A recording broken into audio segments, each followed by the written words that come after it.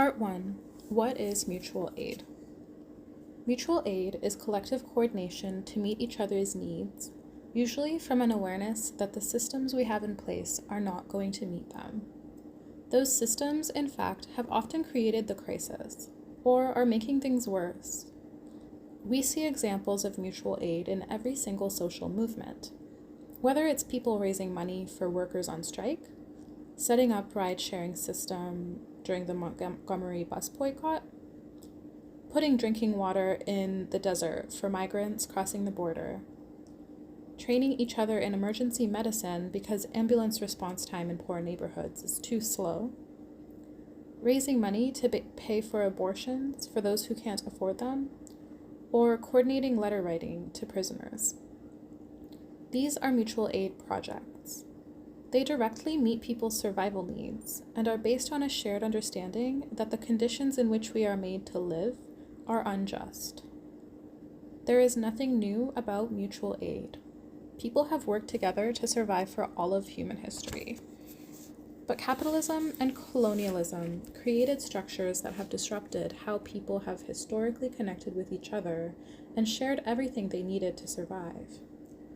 As people were forced into systems of wage labor and private property, and wealth systems became increasingly concentrated, our ways of caring for each other have become more and more tenuous. Today, many of us live in the most atomized societies in human history, which makes our lives less secure and undermines our ability to organize together to change unjust conditions on a large scale. We are put in competition with each other for survival, and we are forced to rely on hostile systems like healthcare systems designed around profit, not keeping people healthy, or food and transportation systems that pollute the earth and poison people for the things we need. More and more people report that they have no one they can confide in when they are in trouble.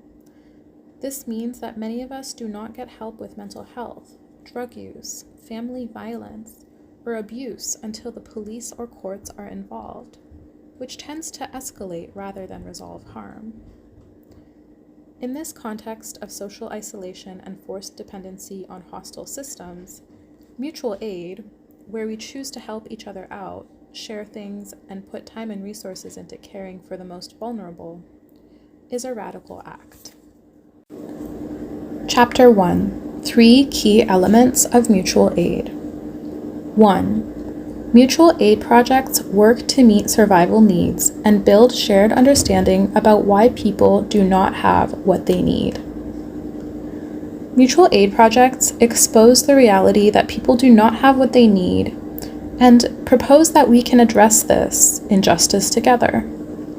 The most famous example in the United States is the Black Panther Party's survival programs, which ran throughout the 1960s and 1970s, including a free breakfast program, free ambulance program, free medical clinics, a service offering rides to elderly people doing errands, and a school aimed at providing a rigorous liberation curriculum to children.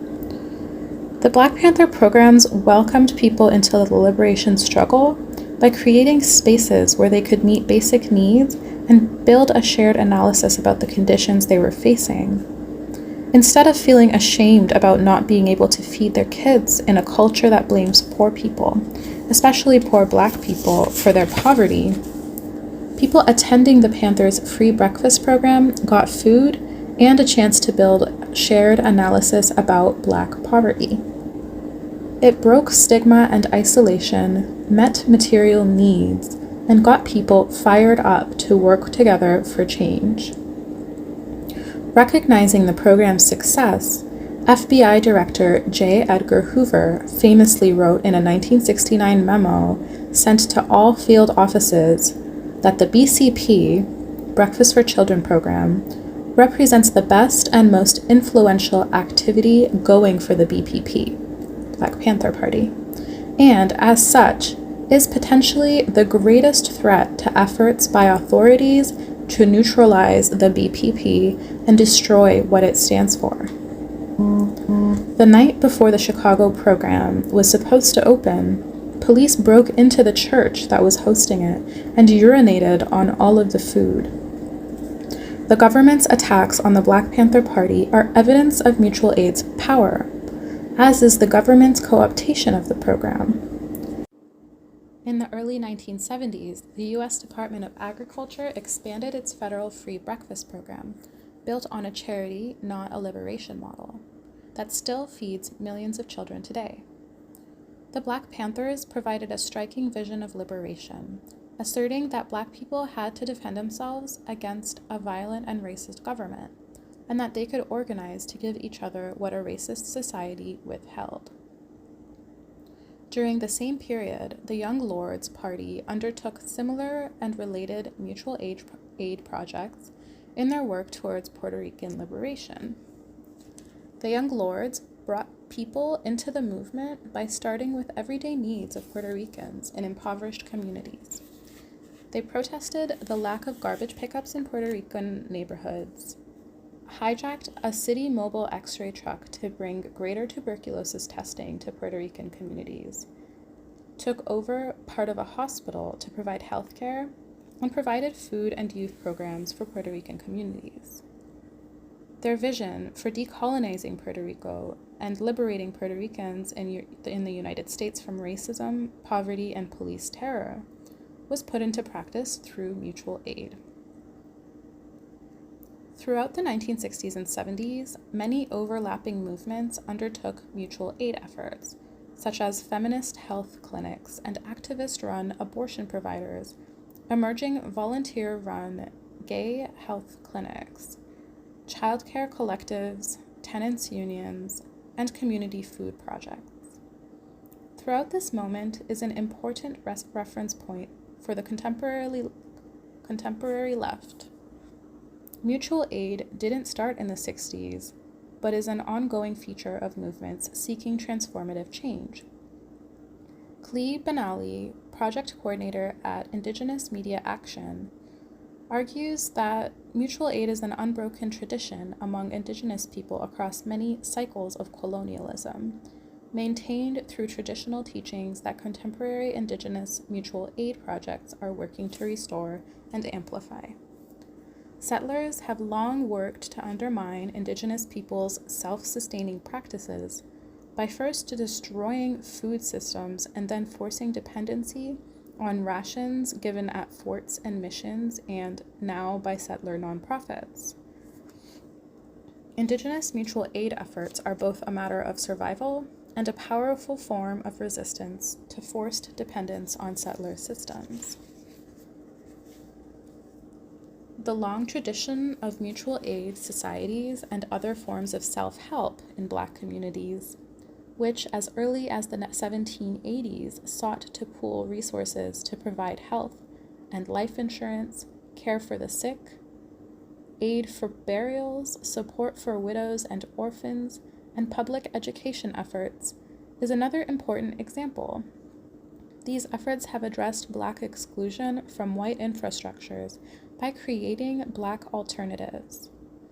Long traditions of mutual aid are also visible in working class communities that have long supported workers on strike so that they could pay rent and buy food while confronting their bosses.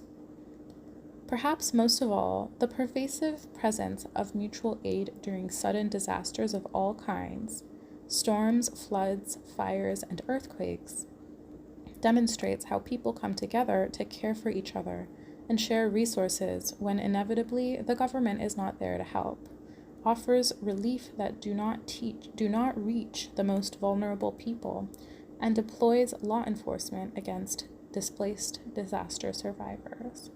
Mutual aid is a powerful force. 2. Mutual aid projects mobilize people, expand solidarity, and build movements. Mutual aid is essential to building social movements. People often come to social movement groups because they need something: eviction defense, childcare, social connection, healthcare, or help in a fight with the government about something like welfare benefits, disability services, immigration status, or custody of their children. Being able to get help in a crisis is often a condition for being politically active, because it's very difficult to organize when you are also struggling to survive. Getting support through a mutual aid project that has a political analysis of the conditions that produced your crisis also helps to break stigma, shame, and isolation. Under capitalism, social problems resulting from exploitation and the maldistribution of resources are understood as individual moral failings, not systemic problems. Getting support at a place that sees the systems, not the people suffering in them, as the problem can help people move from shame to anger and defiance. Mutual aid exposes the failures of the current system and shows an alternative. This work is based in a belief that those on the front lines of a crisis have the best wisdom to solve the problems, and that collective action is the way forward. Mutual aid projects also build solidarity. I have seen this at the Sylvia Rivera Law Project, SRLP, a law collective that provides free legal help to trans and gender nonconforming people who are low income and/or people of color. I worked with the group from 2002 to 2019. Again and again, I saw people come to SRLP for help because something bad happened to them in a shelter, in prison, or in interactions with cops, immigration authorities, the foster care system, or public schools. People seeking legal services for these problems would be invited to participate in organizing and become part of SRLP, working on changing the conditions that had brought them to the group. As people joined, things were often bumpy. Members may have had some things in common, being trans or gender nonconforming, for example, but also differed from one another in terms of race, immigration status, ability, HIV status, age, housing access, sexual orientation, language, and more. By working together and participating in shared political education programs, members could learn about experiences different from theirs and build solidarity across those differences. This changed and continues to change not only the individuals in the group, but the kind of politics the group practices. Solidarity is what builds and connects large-scale movements. In the context of professionalized nonprofit organizations, groups are urged to be single-issue oriented, framing their message around deserving people within the population they serve and using tactics palatable to elites.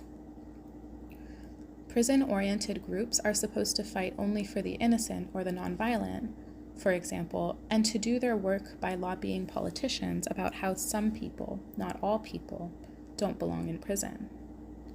This is the opposite of solidarity because it means the most vulnerable people are left behind, those who are upcharged by cops and prosecutors, those who do not have the means to prove their innocence, those who do not match cultural tropes of innocence and deservingness. This narrow focus actually strengthens the system's legitimacy by advocating that the targeting of those more stigmatized people is okay. This pattern of anti-solidarity incentives and practices has been devastating for movements as nonprofitization has taken a hold, as I'll discuss further in the next chapter. Solidarity across issues and populations is what makes movements big and powerful. Without that connection, we end up with disconnected groups, working in their issue silos, undermining each other, competing for attention and funding, not backing each other up, and not building power. Mutual aid projects, by creating spaces where people come together on the basis of some shared need or concern in spite of their different lived experiences, cultivate solidarity. Groups doing mutual aid to directly address real problems in real people's lives tend to develop a multi-issue and solidarity-based approach because their members' lives are cross-cut by many different experiences of vulnerability. Sometimes even groups that start out with a narrow goal adopt a wider horizon of solidarity and a wider vision of political possibility if they use the mutual aid model. An initial goal of serving people impacted by homelessness quickly reveals that racism, colonialism, immigration enforcement, ableism, police violence, the foster care system, the healthcare system, transphobia, and more are all the causes of homelessness, or causes of further harm to homeless people. Solidarity and an ever-expanding commitment to justice emerge from contact with the complex realities of injustice. This is exactly how movements are built, as people become connected to each other and as one urgent issue unspools into a broader vision of social transformation. 3. Mutual aid projects are participatory, solving problems through collective action rather than waiting for saviors. Mutual aid projects help people develop skills for collaboration, participation, and decision-making. For example, people engaged in a project to help one another through housing court proceedings will learn the details of how the system harms people and how to fight it, but they will also learn about meeting facilitation, working across differences, retaining volunteers, addressing conflict, giving and receiving feedback, following through, and coordinating schedules and transportation. They may also learn that it is not just lawyers who can do this kind of work, and that many people, including themselves, have something to offer. This departs from expertise-based social services that tell us we need to have a social worker, licensed therapist, lawyer, or some other person with an advanced degree to get things done. Mutual aid is inherently anti-authoritarian, demonstrating how we can do things together in ways we were told not to imagine, and that we can organize human activity without coercion.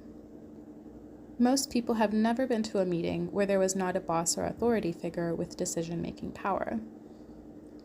Most people work or go to school inside hierarchies where disobedience leads to punishment or exclusion. We bring our learned practices of hierarchy with us even when no paycheck or punishment enforces our participation. So even in volunteer groups, we often find ourselves in conflicts stemming from learned dominance behaviors. But collective spaces like mutual aid organizing can give us opportunities to unlearn conditioning and build new skills and capacities. By participating in groups in new ways and practicing new ways of being together, we are both building the world we want and becoming the kind of people who could live in such a world together. For example, in the Occupy encampments that emerged in 2011 to protest economic inequality, people shared ideas about how to resolve conflict without calling the police. Occupy brought out many people who had never participated in political resistance before, introducing them to practices like consensus decision-making, occupying public space, distributing free food, and engaging in free political education workshops. Many who joined Occupy did not yet have a developed critique of policing. Participants committed to police abolition and anti-racism cultivated conversations about why activists should not call the police on each other. This process was inconsistent and imperfect, but it introduced many people to new skills and ideas that they took with them long after Occupy encampments were dismantled by the police. Mutual aid can also generate boldness and a willingness to defy illegitimate authority. Taking risks with a group for a shared purpose can be a reparative experience when we have been trained to follow rules. Organizers from Mutual Aid Disaster Relief, MADR, shared the following story in their 2018 workshop facilitation guide to illustrate their argument that audacity is our capacity. When a crew of MADR organizers after Hurricane Maria traveled to Puerto Rico, some visiting their families, others bringing medical skills, they found out about a government warehouse that was neglecting to distribute huge stockpiles of supplies. They showed their MADR badges to the guards and said, "We are here for the 8 a.m. pickup." When guards replied that their names were not on the list, they just insisted again. "We are here for the 8 a.m. pickup." They were eventually allowed in, told to take whatever they needed. After being let in once, aid workers were able to return repeatedly. They made more badges for local organizers, and this source continued to benefit local communities for months. MADR asserts that by taking bold actions together, we can imagine new ways of interacting with the world. When dominant ways of living have been suspended, people discover that they can break norms and even laws that enable individualism, passivity, and respect for private property. MADR asserts that saving lives, homes, and communities in the event and aftermath of disaster may require taking bold action without waiting for permission from authorities. Disaster survivors themselves are the most important authority on just action. Mutual aid projects providing relief to survivors of storms, floods, earthquakes, and fires, as well as those developed to support people living through the crises caused by poverty, racism, criminalization, gender violence, and other ordinary conditions, produce new systems that can prevent harm and improve preparedness for the coming disasters. When Hurricane Maria devastated Puerto Rico in 2017, it was the existence of food justice efforts that made it possible for many people to eat when the corporate food system, which brings 90% of the island's food from off-island sources, was halted by the storm. Similarly, it was local solar panels that allowed people to charge medical devices when the electrical grid went down. By looking at what still works in the face of disaster, we can learn what we want to build to prepare for the next storm or fire. In The Battle for Paradise, Naomi Klein argues that locally controlled microgrids are more desirable for delivering sustainable energy, given the failures of the energy monopolies that currently dominate energy delivery. In the wake of the devastating 2018 California fires, the public learned that the fires were caused by Pacific Gas and Electric Company's mismanagement, and then watched as California's government immediately offered the company a bailout, meanwhile failing to support people displaced by the disaster. Klein describes how large energy companies work to prevent local and sustainable energy efforts, and argues that in energy, as in other areas of survival, we should be working towards locally controlled, participatory, transparent structures to replace our crumbling and harmful infrastructure. Doing so helps us imagine getting rid of the undemocratic infrastructure of our lives, the extractive and unjust energy, food, healthcare, and transportation systems, and replacing it with people's infrastructure. For social movements working to imagine and build a transition from dig, burn, dump economies to sustainable, regenerative ways of living, mutual aid offers a way forward.